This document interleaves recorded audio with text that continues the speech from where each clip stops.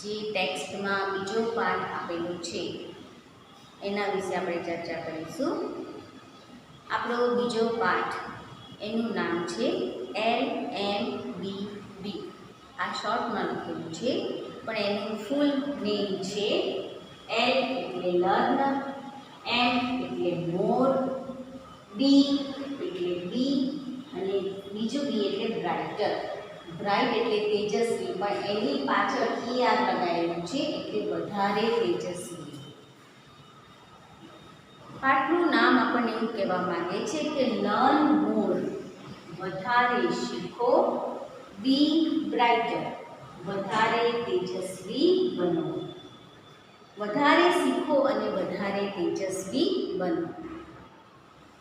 તો આપણને આ પાઠના ટાઇટલની નીચે એક એક્ટિવિટી 1માં એક સરસ મજાની નાના બાળકના મનની વાત કવિતાના રૂપમાં આપી છે. નાનું બાળક કેવું ફીલ કરે છે, કેવું અનુભવે છે, મોટા માણસો કે મોટા ભાઈ બહેનો કે એના પેરેન્ટ્સ એ બાળક સાથે કેવી વાત કરે, કેવી રીતે એનો સાથે વ્યવહાર કરે અને એ વ્યવહાર અને એ વાતને લઈ અને બાળક પોતાના મનમાં શું ફીલ કરે છે એવું આપણને અહીંયા કવિતામાં બતાવેલું છે. તો સૌથી પહેલાં આપણે આ કવિતાને સમજી લઈએ કે બાળક એના મનમાં કેવું ફીલ કરે છે. તો જુઓ, કવિતામાં આપણને પહેલા ફકરામાં કીધું છે van ever I C. Van ever એટલે જ્યારે, જ્યારે પણ હું જોઉં છું. સી એટલે જોઉં છું. જ્યારે પણ હું જોઉં છું અધર્સ ટોલર ધેન મી. અધર્સ એટલે બીજાઓને, બીજાઓને મારા કરતાં વધારે લાંબા. ટોલ એટલે લાંબા અને ટોલર એટલે વધારે લાંબા. જ્યારે હું બીજાઓને મારા કરતાં વધારે લાંબા જોઉં છું, I feel that I am small.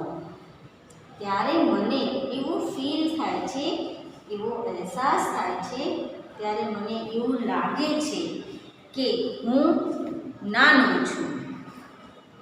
And I wish I were tall. અને હું એવી ઈચ્છા રાખું છું, ઈચ્છું છું કે હું પણ એમના જેવો લાંબો હોઉં. Van ever I C. બીજા ફકરામાં આપણને કહે છે કે જ્યારે હું જોઉં છું સમવન ઓવરટેક્સ મી. કોઈ વ્યક્તિ મારાથી વધારે આગળ નીકળી જાય છે. આઈ વિશ, ઓવરટેક એટલે આગળ નીકળવું, મને ક્રોસ કરીને મારાથી આગળ નીકળી જાય છે. આઈ વિશ માય લેગ્સ વેર લોંગર. ત્યારે હું એવું ઈચ્છું છું કે મારા પગ પણ એમના પગ જેટલા લાંબા હોય. શેના માટે લાંબા પગ જોઈએ છે બાળકને? ટુ કેરી મી ફાસ્ટર. મને ઝડપથી આગળ લઈ જવા માટે, કે જે મને ઝડપથી આગળ લઈ જાય. ત્રીજા ફકરામાં આવે છે વેન એવર આઈ હિયર. જ્યારે હું હિયર એટલે સાંભળું છું. જ્યારે હું સાંભળું છું ઓ યોર ફ્રેન્ડ ઇઝ સચ અ ડિયર. અરે તારો મિત્ર વધારે વાલો છે. I feel like asking why. આ બાળક શું કહે છે કે જ્યારે હું એવું સાંભળું છું, મારી સામે કોઈ મને કહે છે કે તારો મિત્ર તો વધારે વાલો છે, ત્યારે મને એવું ફીલ થાય છે, ત્યારે મને એવો અનુભવ થાય છે, ત્યારે મને એવું પૂછવાનું મન થઈ જાય છે. આસ્કિંગ એટલે પૂછવાનું મન થાય છે કે વાય, શા માટે, શા માટે મારો મિત્ર વધારે વાલો છે. And it max me cry. અને આ જે હું અનુભવું છું મારા મનમાં કે આ લોકોને મારો મિત્ર વધારે વાલો લાગે છે, એ વિચારને કારણે મને રડવું આવે છે. Then comes my mother. અને પછી મારી મમ્મી મારી પાસે આવે છે. Who says don't bother. અને મારી પાસે આવી અને મને કહે છે કે ડોન્ટ બોધર એટલે ચિંતા કરીશ નહીં.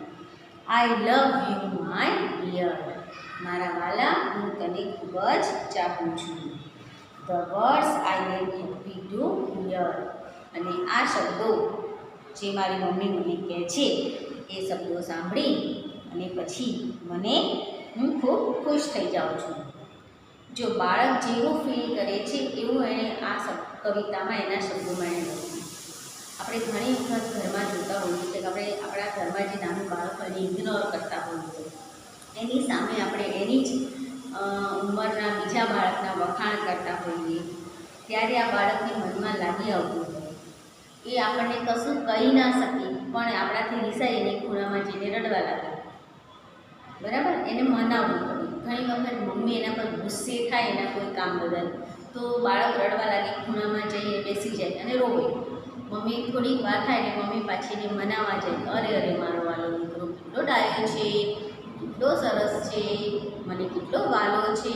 અને આવું 2-4 વાક્યો બોલે ત્યાં પેલું બાળક આગળની બધી શિકાયત, આગળની બધી ફરિયાદ, જે કંઈ સાંભળ્યું હોય એ બધું જ ભૂલી જાય અને તરત જ પાછું મમ્મીને ભેટીને એની સાથે ખુશખુશાલ થઈ જાય. એટલે ખાલી બાળક તો બિચારું નિર્દોષ છે, એને તો એની સામે તમે એના વખાણ કરો, એને 2 મીઠા શબ્દો બોલો તો એ તમારી પર ફિદા થઈ જાય. એટલે બાળકના મનમાં નાનું છે એટલે એના મનમાં અત્યારે કોઈ દ્વેષ ભાવ નથી. તમે ગુસ્સે થાવ તો એ રિસાઈ જાય અને પછી તમે મનાવો એટલે પાછો એ બધો જ એનો ગુસ્સો ભૂલી અને તમારી સાથે પાછો લાડકોડથી રહેવા લાગે. તો અહીંયા સરસ મજાની આ કવિતા હતી. હવે એની નીચે એક્ટિવિટી 2 એમાં આપણને એક ચિત્ર આપેલું છે અને એની સાથે સાથે એના વિશેની માહિતી પણ આપેલી છે. તો સૌથી પહેલાં આપણે આ ચિત્રને જોઈ લઈએ. તમે જુઓ ચિત્ર. આ જે ચિત્ર તમને દેખાય છે તે બુર્જ ખલીફા નામની બિલ્ડિંગનું છે. આ બુર્જ ખલીફા બિલ્ડિંગ દુબઈમાં આવેલી છે અને એ બિલ્ડિંગ કેવી છે, કેટલા માળની છે, કેટલી એની ઊંચાઈ છે, આ બધી માહિતી આપણને નીચે આપેલી છે. તો આપણે એ માહિતી હવે સમજી લઈએ. Burj Khalifa is the tallest building in the world. Burj Khalifa એ વિશ્વની સૌથી ઊંચી ઇમારત છે. ટોલ એટલે ઊંચું, ટોલર એટલે વધારે ઊંચું અને ટોલેસ્ટ એટલે સૌથી વધારે ઊંચું. તો શું કહે છે કે બુર્જ ખલીફા એ વિશ્વની સૌથી ઊંચી ઇમારત છે.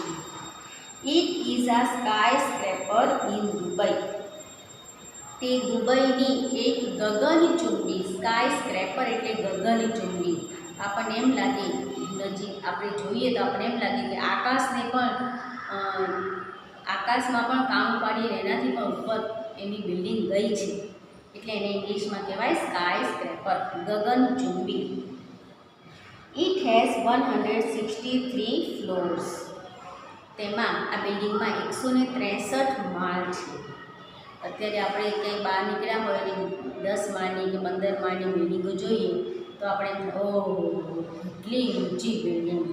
તો વિચાર કરો, આ બિલ્ડિંગ ઘણા વર્ષો પહેલાં 163 માળની આ બિલ્ડિંગ છે.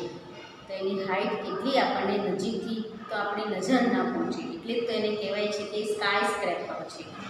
નજીકથી આપણે જોઈએ તો આપણને એમ લાગે કે આકાશમાં પણ કાણું પાડી અને એની પણ ઉપર પહોંચી ગઈ છે.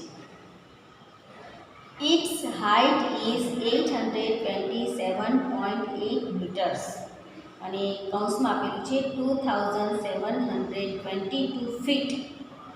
જો આ બિલ્ડિંગની ઊંચાઈ માપીએ તો તેની ઊંચાઈ 827.8 મીટર છે, મીટરમાં માપીએ તો. અને જો ફૂટમાં માપીએ તો 2722 ફૂટ એની ઊંચાઈ છે. It is the tallest man-made structure in the world. માણસ દ્વારા બનાવેલી વિશ્વની સૌથી ઊંચી ઇમારત છે, જે માણસોએ બનાવેલી છે. મશીને માણસો દ્વારા બનાવવામાં આવેલી સૌથી ઊંચી ઇમારત છે. Its base is 3,33,100 square feet. એનો પાયો, એનો નીચેથી એનો ઘેરાવો, બિલ્ડિંગનો ઘેરાવો કેટલો છે તો 3,33,100 સ્ક્વેર ફીટ, ચોરસ ફૂટ એનો નીચેનો ઘેરાવો છે. It has the longest water supply line. અને આ બિલ્ડિંગમાં પાણી ઉપર સુધી પહોંચાડવા માટેની સૌથી લાંબી પાઇપલાઇન છે. બિલ્ડિંગ જ આટલી ઊંચી છે તો એની પાઇપલાઇન પણ એને હિસાબથી એટલી ઊંચી જ હોય. It has the longest lifts. તેમાં વિશ્વની સૌથી લાંબી લિફ્ટ છે. 163 માળ સુધી જવાય એટલી લાંબી એની લિફ્ટ છે. Its cost of construction was $1.5 billion. આ બિલ્ડિંગનું બાંધકામનો જે ટોટલ ખર્ચ છે, બાંધકામની જે કિંમત છે એ અમેરિકાના ડોલરમાં ગણીએ તો 1.5 એટલે કે $1.5 અબજ હતી. It is the most expensive building. અને આ બિલ્ડિંગ વિશ્વની સૌથી મોંઘી ઇમારત છે. જેટલી મોટી બિલ્ડિંગ એટલી જ એની બાંધકામનો ખર્ચો પણ વધારે અને એટલું જ એની સમારકામ રિપેરિંગ કામ કરાવવાનો ખર્ચો પણ એટલો જ થાય. એટલે એનું મેન્ટેનન્સ પણ એટલું જ આવે. એટલે આ બિલ્ડિંગ એ સૌથી કિંમતી અને સૌથી વધારે મોંઘી ઇમારત છે.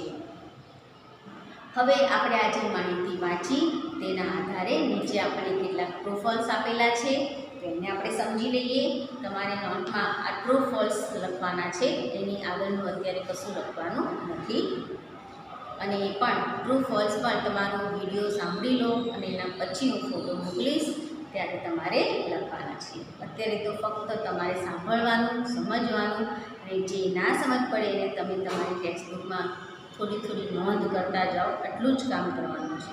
બાકી નોટમાં તો હું જ્યારે ફોટા પાડીને મોકલું ત્યારે જ તમારે લખવાનું છે. તો જુઓ ટ્રુ ફોલ્સ. પહેલું વાક્ય છે the tallest building in the world is Burj Khalifa.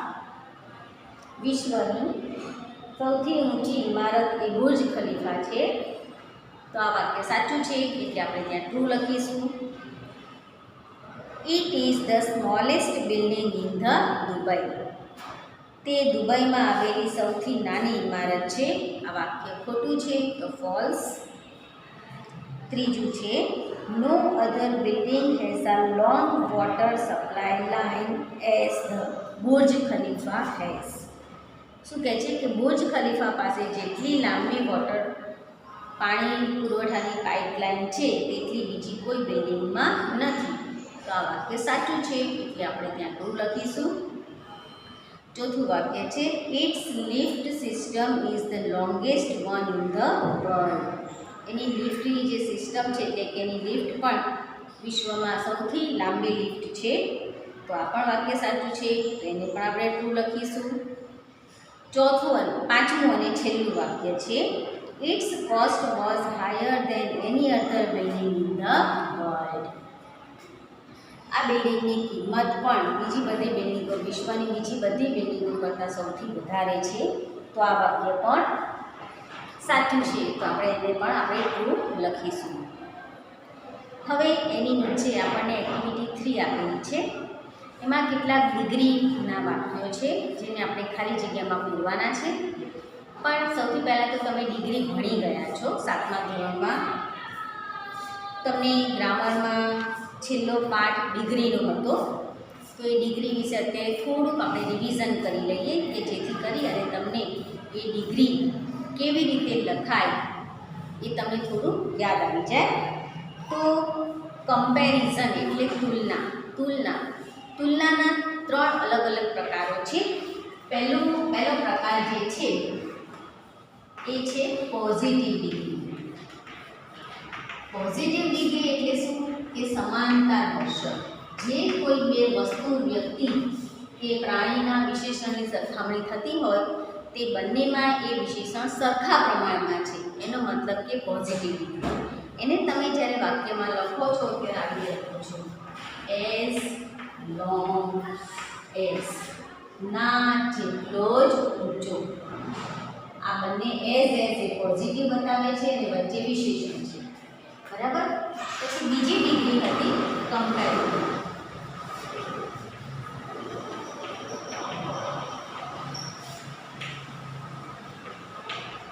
એને ગુજરાતીમાં આપણે કહેતા હતા અધિકતા દર્શક.